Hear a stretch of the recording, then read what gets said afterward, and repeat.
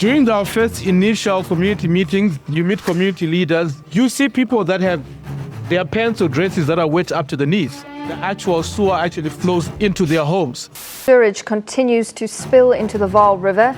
Here on ENCA, we have reported extensively on the rivers of sewage running through people's homes, even schools in the area. Some of the farmers along the river believe that the extent of the pollution in the water is already beginning to cost them their livestock. If anyone does some research, most of the wastewater problems are in the Vaal. This current project that we decided to undertake end of 2023 was to solve that. When we started with the project, we came to Sourcefin to give us the initial funding for us to set up our operation. From the first 2.6 million rand that Sourcefin advanced, we have managed to invest about 320 million rand to date. It's an inspiration to meet with someone that's doing that through one of the most important things, wastewater management and access to water. There was a purpose to it. We needed to emancipate and better the lives of the people there.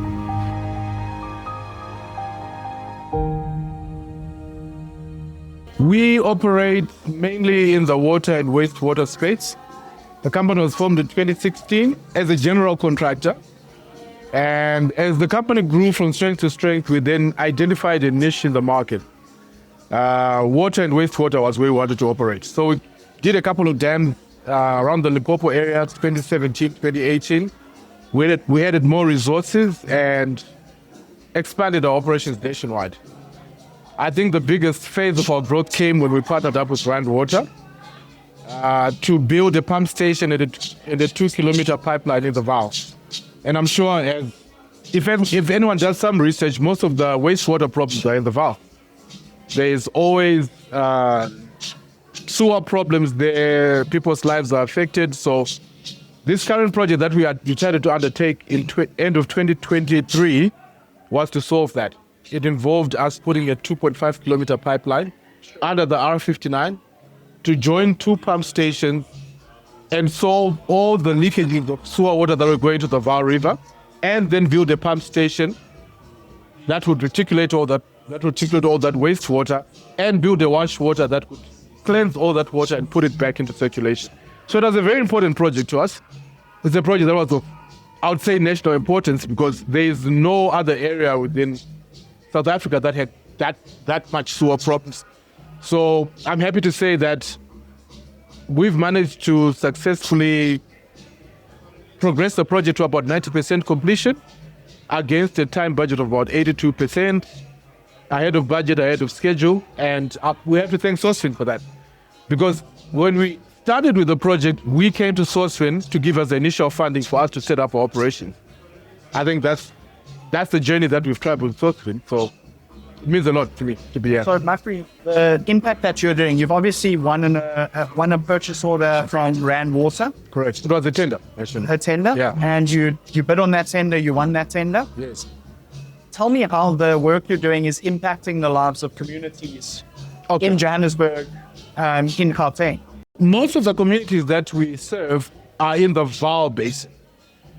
Most of the sewer problems occur from sewer flowing into the Vaal River. The Vaal River is what then gets reticulated to provide drinking water to about 1.8 million people. All the wastewater from Joburg South flows down into 2 wastewater treatment plants, which are Lukeo and Richspruit. There is a pipe that goes down along the R350mn. At some point, that pipe got compromised and sewer started flowing directly into the Vaal River. So a tender was now flighted for a service provider to come and make sure they correct that. That's the tender that we managed to get. So I had a little bit of a low appreciation of what type of problems occurred there. So with this type of tender, which was about 355 million, community engagements are a very integral part of how you set up operations. The community has to buy into the project. Indirectly, it's about 1.8 million people that will be served by our initiative, and we're on track to make it a success. That's unbelievable. I think we live in a country where the word tender gets a bad rap. Of course. Right? But what you just said now is this delivery of the tender is going to make the lives of lots of people, obviously some directly impacted by it. Correct. Tell me a little bit about your interpretation of tenders, why they get a bad rap, and how we can change that narrative. Because the way I see it is you're only hearing about the 1% of tenders that may or may not go back. Of course, yeah. But there are thousands more that are being delivered, that are being issued by unbelievable businesses like yours, funded by Sourcefin, that are adding so much value and impact into communities that need it most. How do we change that reputation of tenders in the South African economy? How do we get good news stories coming from them? I think we should replace the term tender with private-public participation and partnerships in service delivery for the people. So the moment the term tender comes up, people think corruption, this backhand deal, somebody knows someone.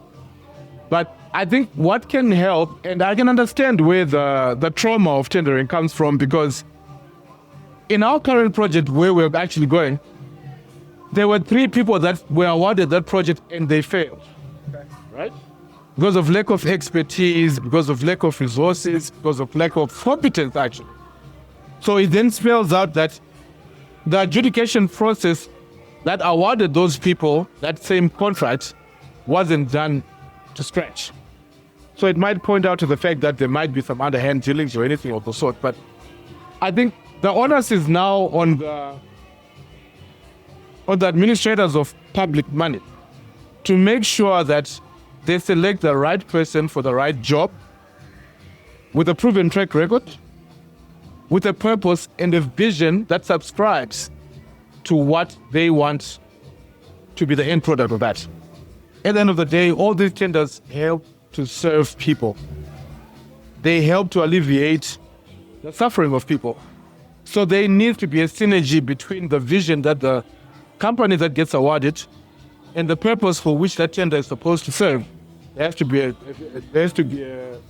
synergy in that. Well said. Malpri, you mentioned a few things there. You mentioned track record. You mentioned bidding and being awarded that tender. Yeah. But sometimes you get a tender. The one you've spoken about here is in excess of 300 million rand. It's going to take serious money to get that over the line. And it's very difficult for small businesses to have access to that type of money. Of course. Take me to the moment where you realized you needed funding, and take me through the journey you took to find the funding that you needed in order to execute or deliver on this project. So most of the public tendering works on CIDB grading. CIDB grading works as follows. It grades the company according to their capacity, their expertise, their capability, and their track record. So it ranges from CIDB grade 1 to CIDB grade 9. CIDB grade 1, I'm not really sure of the values. They always revise them every year. But it might be from 1 rand to 650,000. You're graded grade 1. Grade 9 is 200 million rand upwards. So when you get the CIDB grade 9, where you are able to execute a project of 200 million rand upwards, there are a couple of mistakes and early lessons that you've learned through the way, and you'd have bumped up your cash flow. But be that as it may, at the point when we awarded this contract about 2.5 years ago, it was our biggest contract to date. And we had cash flows, but they were not enough for the initial phase of doing it. The expertise was there. We already had our team that we had from the previous project, a tight core knit special group of individuals that we've grown the company with. And we needed a funding partner, right? For purchase order discounting, because project life cycle from the site establishment, you have to ramp up capital until you get to a point where the project pays for itself. And through an acquaintance, we referred to Sourcefin. Okay. And I made contact with Jordan, I think is your COO. Did you do anything before you went to Sourcefin? Had you applied for funding in other places? Well, what was your experience in that? We had applied for funding with two major banks, but they required more due diligence and on a specific timeline, because remember, we had a project plan that we needed to observe. Makes sense. And with our project plan and our program, any infringement of that program would attract penalties of 100,000 rand a day. So if you miss that program by 10 days, you're out of pocket for R1 million. Sure, so time is literally money. Time is money, literally. Exactly. So we then realized that for the full turnaround time that the banks need to do the due diligence, it will probably take about 2 to 3 weeks.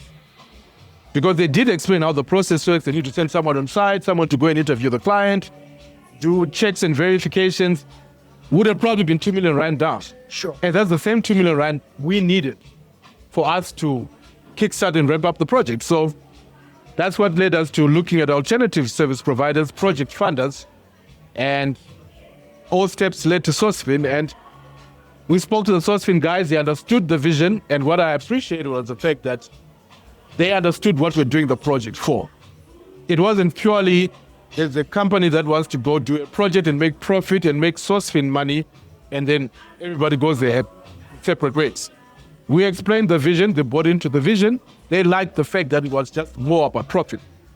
It was about service provision, it was about growing the company, it was about growing together in partnership, and I can proudly say that from the first 2.6 million rand that Sourcefin advanced in August of 2023, we have managed to invest about 320 million rand to date in 2.5 years.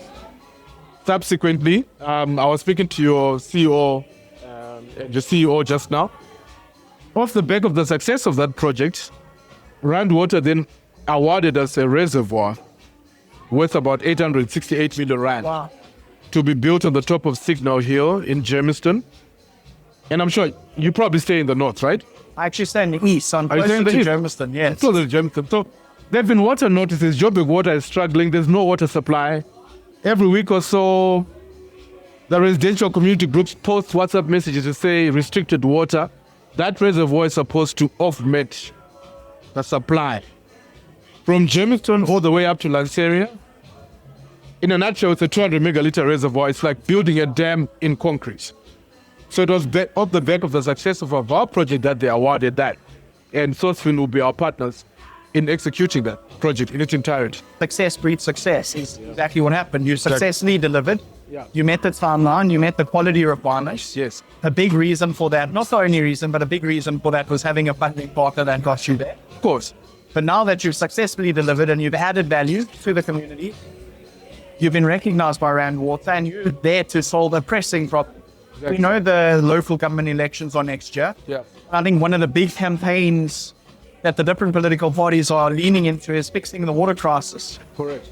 So is it correct to say that you're one of the people that are going to lead the charge in fixing that water? Well, I hope so. The strategy now of the company is to do impactful projects, and we've identified water and wastewater because those are the areas that are lacking so much in terms of service provision that ensures the dignity of the people.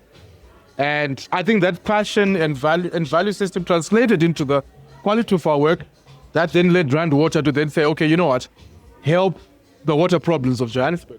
So surely a lot of people would probably piggyback off the success of that. That's fine. But that's not where we are. We're not here to appease any powers that rule the municipalities. We're doing it for the purpose of adding value to people's lives. That's amazing. And Sourcefin has as well been very, very instrumental. I mean, to give you an example, there's a time I was traveling, I was in South America, and we had an urgent need for some funding. And over WhatsApp, I contacted Jordan, and a 4-minute discussion over text and exchanging information, we were able to get the funding that we need before I boarded my next flight. So that shows the commitment that Sourcefin has with a trusted value partner in ensuring the mandate of helping SMEs to grow and develop and ultimately helping people's lives. Yeah, and what underpins a good partnership is that we share values and we share a vision and a purpose, right? Yes. At Sourcefin, we're very committed to the forgotten SMME, but through that SMME, we're able to deliver impact to communities across South Africa. We say make South Africa better one deal at a time, one invoice funded at a time, one purchase order at a time. Yeah. And it's an inspiration to meet with someone that's doing that through one of the most important things, wastewater management and access to water. I want to take it back to SMMEs in South Africa, and I suppose worldwide. I think SMMEs they refer to as the backbone. That word gets thrown around a lot. Yeah. Mumphrey, what does backbone mean to you in relation to the context of an SMME? Why would you see your business as a backbone to the South African economy? Because there was a vision and a purpose to uplift people's lives. we realized that it's not just enough to stop wastewater flowing into their homes, but we need to empower them as well. So we had 30% of our projects set aside specifically to empower local communities, local companies that can prove that they can make a difference in that local, in the local space that they operate. So it's easy to just give out work packages to say, okay, you do the sweeping, you do the grass cutting, you do tree felling. We've actually given out close to, I think to date is about 29-30 million rand to companies that could prove that they had the capacity to execute, or companies that we could upskill, that could prove how many people they're employing, how many indirect people are benefiting from the people they're employing. And at some point, there was a subcontract we gave out that was helping the needs of about 61,000 people, you know? So that's where the backbone is. The backbone is with the grassroots. They're the people that wake up every day. A lot of lower income earners are the ones that have to feed the most people, unfortunately, because they send money back to the rural areas. They've got a lot of dependents and all of that. So we take pride in that. And we pay above market-related rates for our blue-collar workers, because we do understand that that dollar needs to stretch much more than how it's supposed to stretch in higher income brackets. So they are the backbone, and we've tried our best to actually empower them. Most of the companies that we've encouraged, some people that we identified that have special skills to form companies, not just work directly as a resource, as a employed personnel, to form companies that we could subcontract and provide the platform where they can start employing, and then widen the sphere of positivity. But then there's a problem, right? So as much as they said there's a backbone, there's a 350 billion rand funding gap. People, SMMEs that are the backbone, aren't able to access those funding opportunities. And I think there's two sides to that. Yeah. There are funders that need to open up their minds to different types of funding, which Sourcefin has done through its alternative funding. Yeah. We look at MUMPRE and we look at the opportunity. We don't look necessarily at the history. Right. So that's one thing. Yeah. But I think what I'd like to get from you is, what bit of advice can you give to SMMEs to make themselves more fundable? So there's one thing in having the funding access to a Sourcefin, for instance. Yeah. How can you as a business make yourself more fundable to a business like Sourcefin? What are some of the things? Thinking compliance, thinking business management, the way things are run. Yeah. Give us a little bit of insight into what makes an SMME more fundable. Profit has to be your last cornerstone of what you look for when you set off as an SMME. Your mission and vision have to be translatable enough to be purposeful, to show what you stand for, right? A lot of problems that I see with SMEs is the quick buck, right? I just want to do this contract quickly, then I get this money. No. What impact, what change are you bringing along? People buy into that, banks buy into that, big funders, because they operate with specific standards, right? Like the example I gave to Sourcefin is they bought into the vision and the values that we represented when we pitched this project to them. They buy into that. So the growth will come, but it comes off the excellence of you being able to execute your vision and mission in a manner that will make people trust you. It's trust. Your communities have to trust you enough to vouch for you. When a project is being introduced and then they say, Andre's company, let's say it's an SME, or Temba's company is doing this, the community will say, yes, that's who we want. That confidence then grows the company, then grows the scope, and everybody benefits. So the backbone never has to be profit. It has to be the purpose. It has to be the empowerment of people, the empowerment of communities, the adding value back to the project that you're doing. And with a demonstrable excellence in what you do. And again, a lot of SMEs try to cut corners, and I mean this in a good way. If there's an option of getting a highly skilled person at 100 Rand and a medium skilled person at a 40 Rand premium, they would always choose the 40 Rand because the emphasis is only on maximizing profit. But sometimes it's always best to get the best person for the job. When I took that first drive in the VAL and I saw firsthand how people's clothing was soiled by wastewater. At that point, I told myself, even if it's at a loss that we can absorb, even if we do this project at a loss that we can absorb, we're still doing it. So it has to be purpose. There was a purpose to it. I think we'll get there. I mean, one step at a time. We do our community outreach projects where we educate these guys on how to actually get to the level where we're at. And hopefully the trade will spread, and everybody then gets the message. I mean, you've been a treasure trove of information. It's been great learning from you. And I think SMMEs out there, they're probably looking to a Mandla that's grown unbelievably well. Yeah. That's become a bit of an inspirational story, not only in your growth and your scale, but in the purpose-led impact that you guys are focusing on. It's inspiring to hear a business putting vision and mission at the forefront, not profit. It's purpose over profit. Yeah. And I think that's already amazing advice for SMMEs. But I'd love to know an SMME that's sitting at home that's applied for funding, failed a few times, an SMME that may have applied for tenders, been rejected, or hasn't won that first tender, even though they think they would have been the ones that would have done it better. There are going to be SMMEs out there that have failed, that are struggling, and they're looking to Mumfrey and they're seeing your amazing growth story, and they're craving some lessons, some advice, some inspiration from you. And I'd love to hear one bit of advice, one piece of advice directed to the SMMEs that are watching you, that are wanting to learn from you. I would say run your race. As long as you subscribe to the vision and mission of what you set out to do to make positive change in the community that you operate, obviously while making enough profit for you to keep on championing that, make yourself available. There are a lot of developmental programs that can assist you getting the platforms where you can talk to a company like ours and be incubated or subcontracted. So don't give up. It's a journey. It's never meant to be tomorrow you have to get to a certain step. So keep the vision running and keep the faith in the purpose.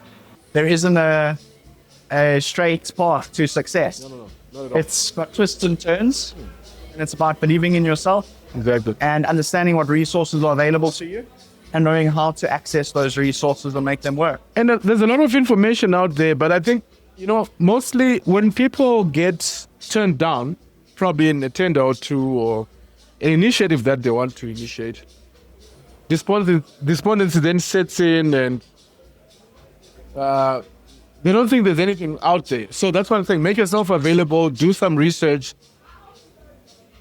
The marketplace is well equipped now to assist the SME more than it has ever been. The only way to solve the unemployment percentage that is as high as it is to empower the people that have direct access to those unemployed people.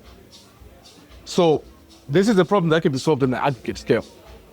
So there are a lot of initiatives. It's just to make yourself available out there. Market yourself. Word of mouth in any way that you can. Make people know that you are there, you do this, you do that. There are no shortcuts. And companies like ours are always available to incubate. I'll give you an example. We are so dedicated to making sure that people make the most of themselves to a point where the initial employees that we've had from the 2017, 2018 days, we actually encourage them, if we realize expertise in their chosen fields, we encourage them to leave the employer of the company and start their own company so we can subcontract them. We don't want to string them along for 20 years where their potential is muted. Go out there, go find other guys like you that you can collaborate with. We'll give you a subcontract. Then you maximize your earnings. The hope now is once you're there, you understand the vision that we have as a parent company, translating to the communities that you work in, create employment opportunities, make the communities a better place. That's scaling impact. Exactly. It's been a pleasure. Thank you very much. Thank you so much. It's been a pleasure as well. All right, cool. It's been amazing. Thanks Until a next lot. year. Hopefully we have another conversation. Definitely. Okay. Our partnership will extend. Amazing.